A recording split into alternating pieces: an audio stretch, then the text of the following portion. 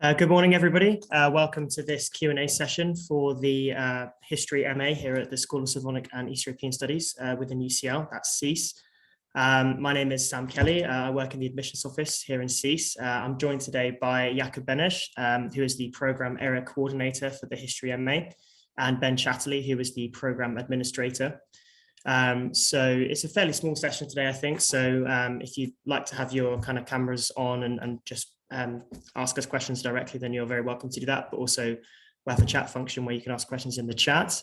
But to start with, I think we're just going to introduce the program, and then after kind of going over that, we'll have a chance for you to ask any questions that you might have. So I'll hand over to you guys. Thanks, Sam. Good morning, everyone. As Sam said, my name is Jakub. I am Associate Professor in Central European History here at the School of Slavonic and East European Studies.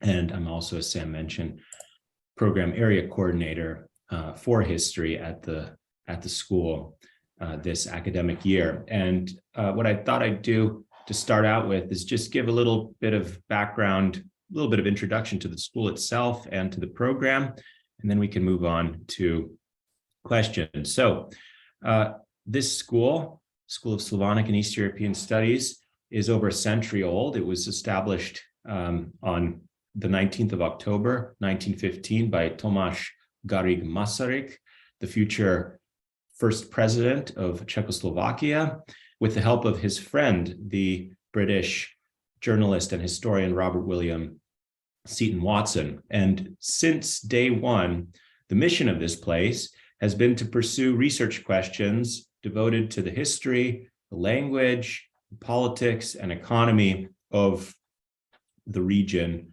of Central and Eastern Europe. We're the largest school devoted to East European and Slavonic studies in the UK.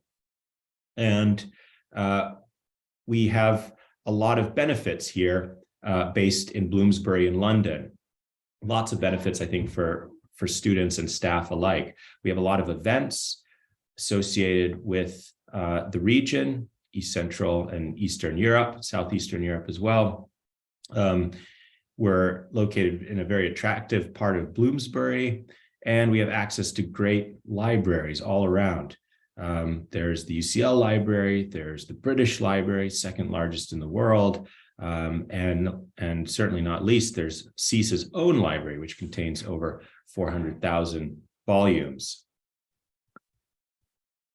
So what is the MA program that we offer here? Well, I'm going to talk about the MA in history particularly, but there's a couple other programs with a history component at SSEES. One is the IMES, that's the International Masters in Economics, State and Society, which is taught here as well as in cooperation with other European universities. There's the MA in Russian Studies, which includes a history track.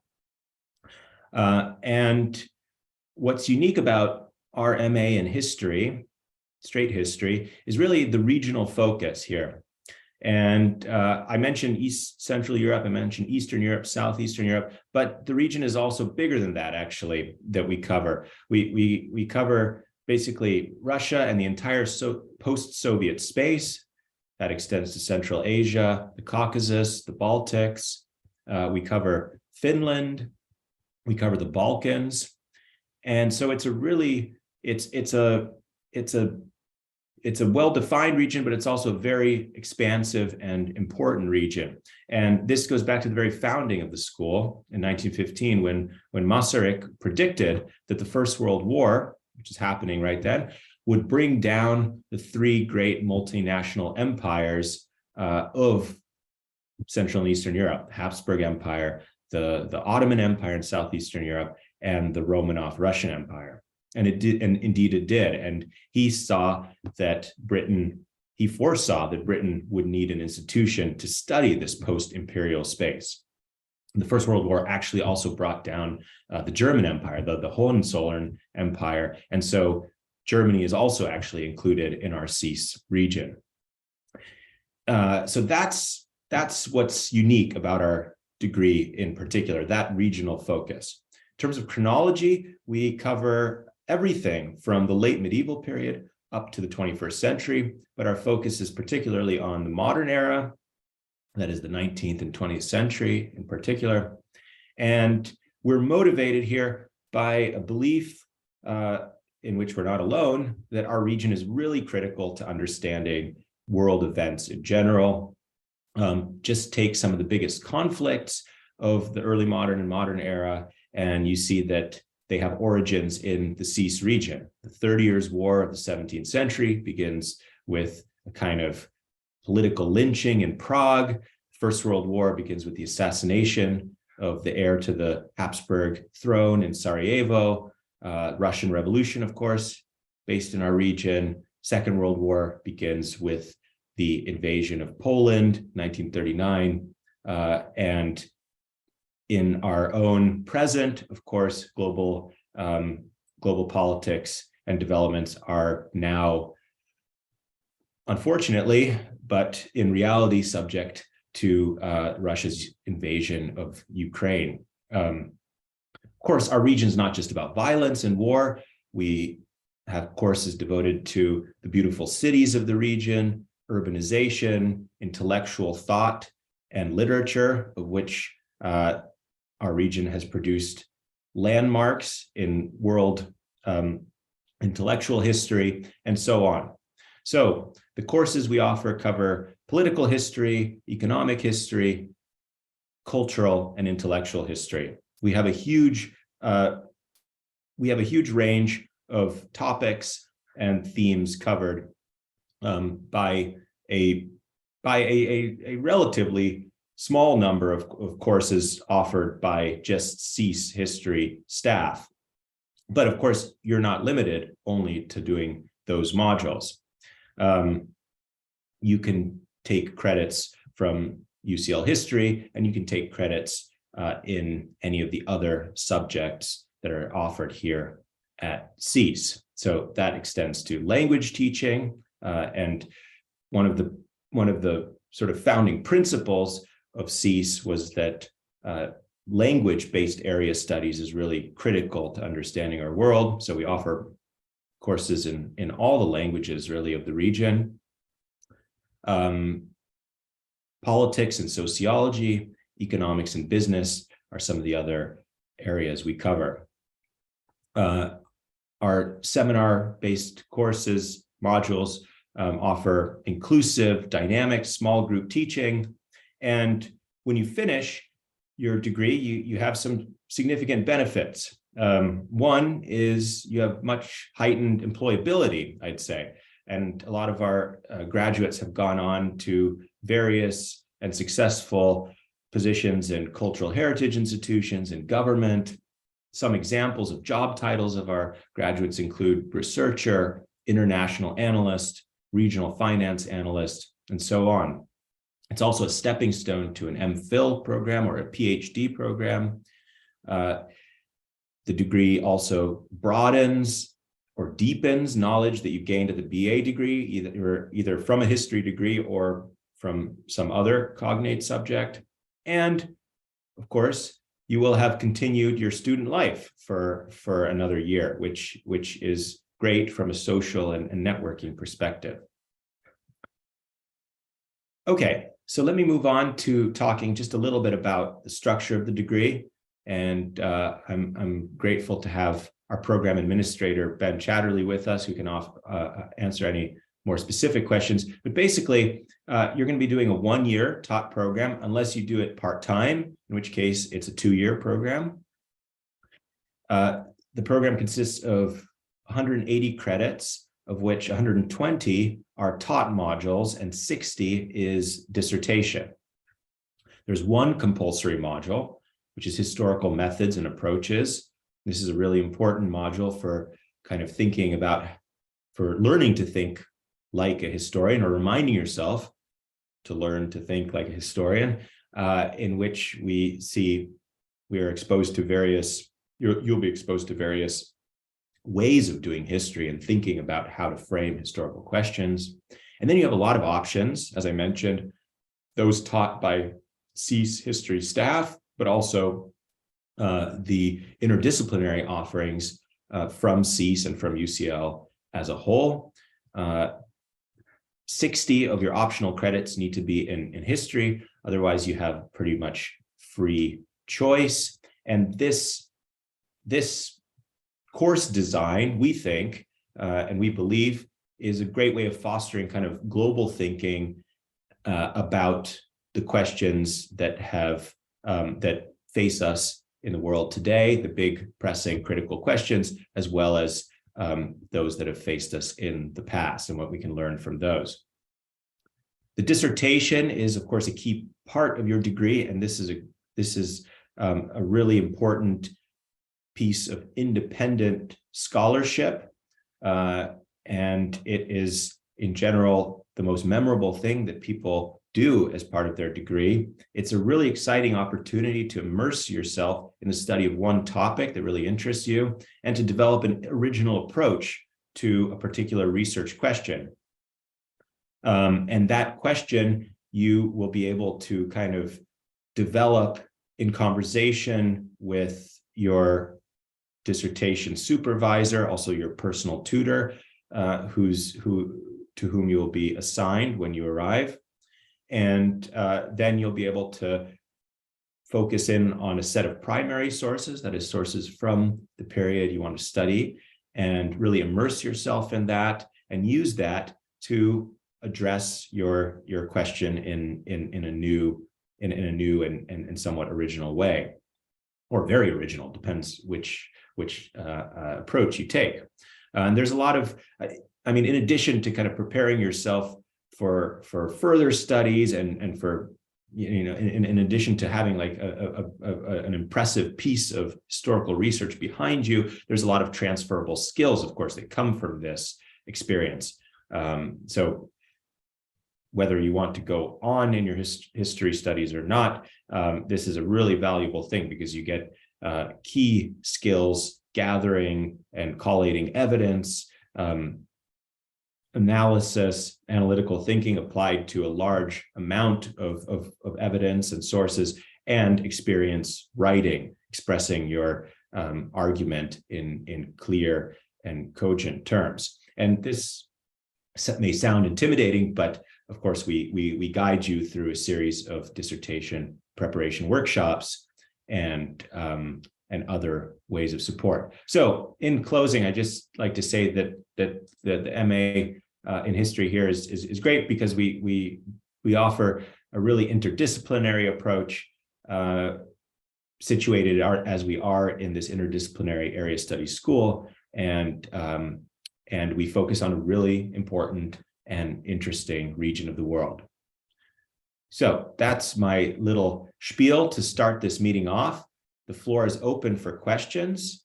Feel free to ask anything to me or Ben.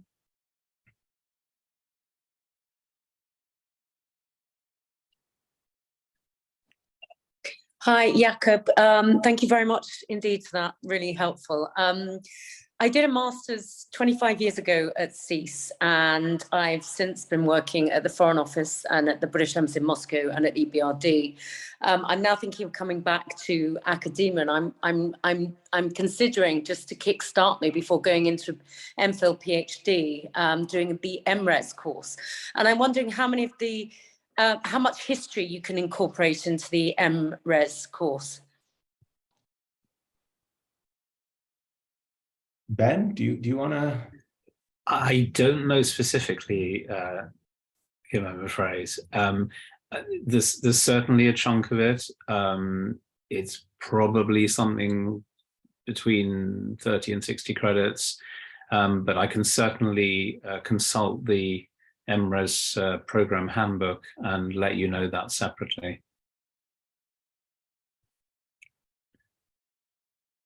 Yeah, the MRes is simply less taught credits, right? And much more focus on research. At least that's. I'll have a look for that now and see if I can let you know that in the next few minutes.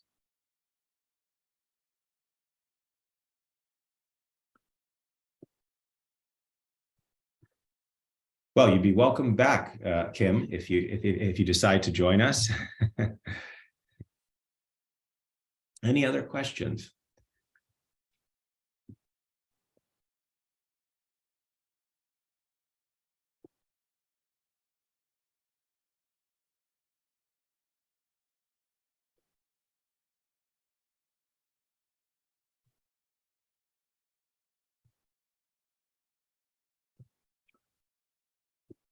The building here, located at 16 Tabaton Street, is relatively new and worth a visit if you're in the area. It's, for those of us who work here, we know it's maybe not perfect, but it has some advantages too, and it's a great place to be based, actually. So that's another perk to studying in Bloomsbury.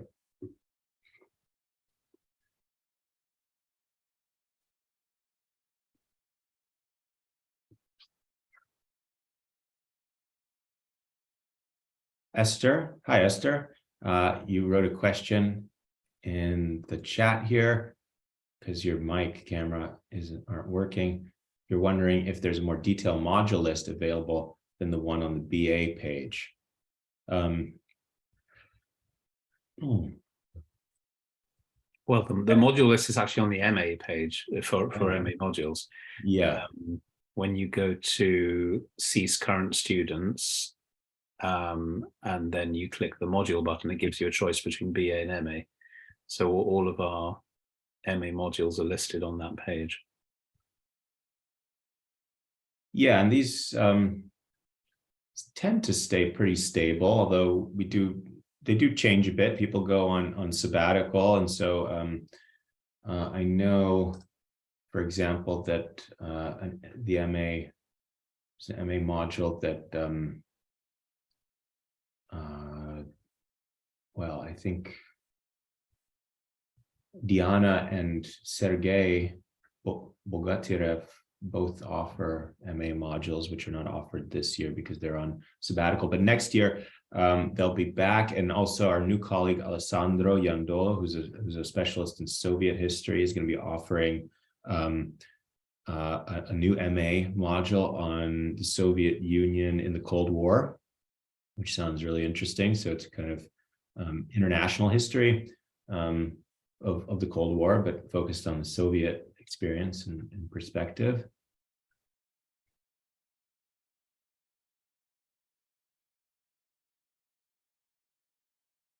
Esther, does that answer your question? Another. Okay, question from Nazrin from Azerbaijan. Now you're a master's student at Vilnius University. Can students from Azerbaijan apply for a scholarship? Well, there certainly are scholarships available to citizens of any country, including Azerbaijan. I know there's a couple of scholarships that target people from specific countries, but a lot of them are open to anyone. There is a dedicated page here to funding. Let's see if I can find it. Ben or Sam, if you can find it before me and paste it in the chat. Funding options for postgraduate students.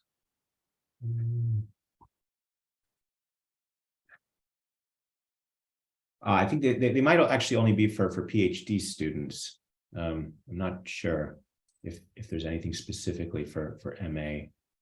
I think the question is specifically that they're interested in pursuing PhD studies in the field anyway. So okay, so I'm pasting the page here in the chat, Nazrin. Hopefully that helps.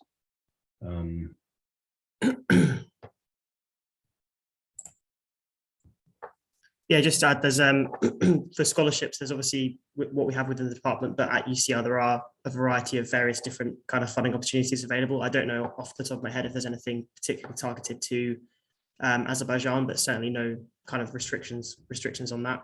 So I'd suggest just kind of having a look around, seeing what what is available. Yeah, there's not anything specific that I can suggest as a source, but I think that's a good start. The link that Jakub put in there. And for the question on MRes, I've posted the link to the page which describes the MRes degree. It seems to suggest that you have quite a broad choice of which subjects to study away from the compulsory modules in that degree.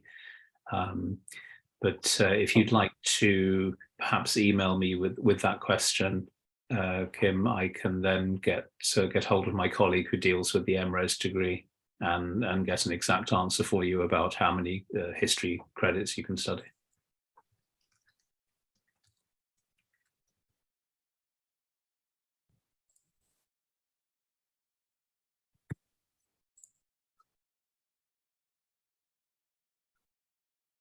I think that's it for questions that are currently in the chat. So does anybody have anything else that they want to ask or just want to sort of generally chat about with us?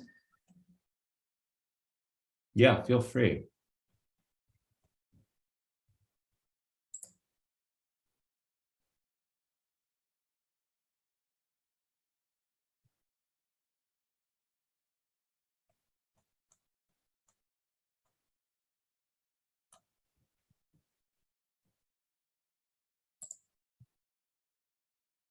Okay, well, we'll give it a couple of minutes if anyone's kind of still thinking of anything that they want to ask, and then I guess from there we can draw this to a close. But I know, Jakub, you mentioned earlier the IMS program, which has a history element. So we do have another session after this, so at 12 p.m. That is for the International Masters in Economy, State and Society. So if that does something that might be interesting to you, then feel free to join that one as well. I'll still be on that, but we'll be joined by Chiara Mini for that one, who's the ERA coordinator for this one. But yeah, otherwise, thank you very much for coming along. And yeah, any questions, I'll put my own email in there as well. So this is the MA admissions.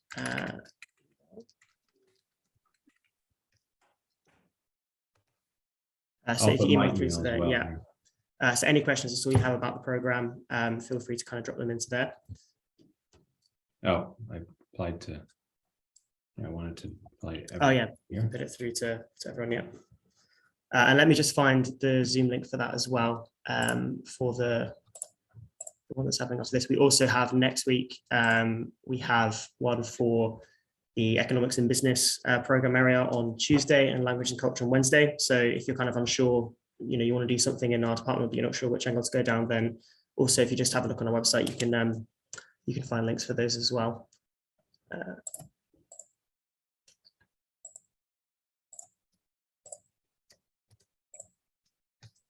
I could also mention in closing that we have a pretty vibrant seminar series. So culture here at SSEES, we have a number of research seminars devoted to various aspects and areas of the SSEES region: study of Central Europe, Southeast European studies, Russian studies, a new seminar series devoted to researching language and research questions that are approached through the lens of language, and so on. So that's a great advantage of studying here as well. And if you're interested and in the area, do just register and come to one of our seminars in the coming months, weeks, months, and check it out. Yeah, I've just dropped the link there for the IMS one. For the ones next week, if you go on our website, you can see that on there. But yeah, so I guess we can probably bring this to a close then. Thank you very much for coming along today. I hope this was useful for you. And as I said, we'll all be more than happy to take any questions you might have subsequently on email. So thanks for coming along. Thanks, everyone. Thanks very much indeed. Thank you. Bye.